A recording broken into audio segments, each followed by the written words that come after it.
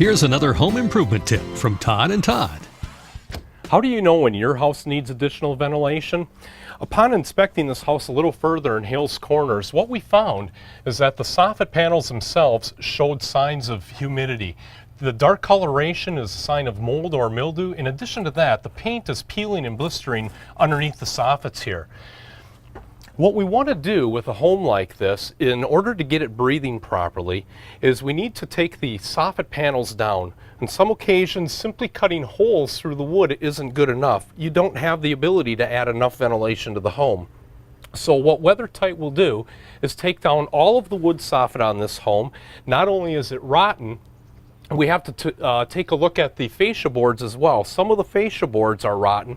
We'll take down any rotted wood on this house, including the soffit and fascia boards, and then put a continuously vented soffit panel up along the bottom side of the home. This roof was recently done, and it looks like the contractor that did this roof did a really nice job using a very good quality shingle, and they ventilated properly the entire roof system. But that was only half the problem. While proper ventilation at the roof will allow the warm air to get out, by not having proper ventilation along the soffit system, you have no cool air to come into the attic and replace it. If you don't have cool air coming into the attic to replace it, the warm, moist air in the wintertime is going to create additional problems with attic insulation, and it will actually prematurely break the insulation down by adding too much humidity to the home. In addition to the humidity inside the attic that could prematurely ruin the insulation and really make it worthless, it also adds too much humidity to the house to the extent that you may look at windows in the wintertime and find excess condensation.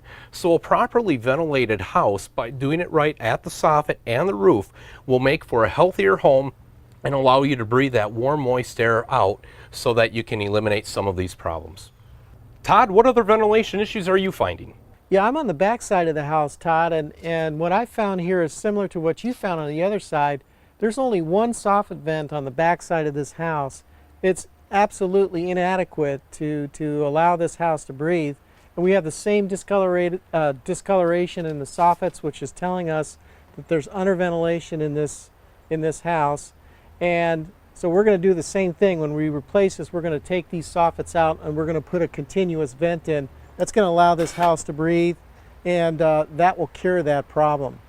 One of the things that people don't really realize is that not only does it ruin your insulation, but it voids the warranty on your roof. So if you replaced your roof, just like this homeowner did, all right, but didn't correct this ventilation problem, if you have a roof problem like curling shingles, that kind of thing, the roof warranty in most cases is void.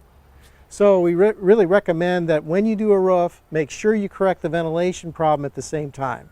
Something else that's really obvious that I've found is that when you have an underventilated roof like this, you get what's called ice damming in the wintertime. In this extreme climate, when we have the freezing and thawing, and if the roof is not ventilated properly, what happens is the snow melts during the day, it freezes during the night. You get these giant icicles. You've probably seen this on your house. You get these giant icicles that come down over the side, and as it melts, it causes water damage inside the soffits and sometimes right inside the walls of your house, sometimes even the soffits in your kitchen. And I've had that happen to me in the past.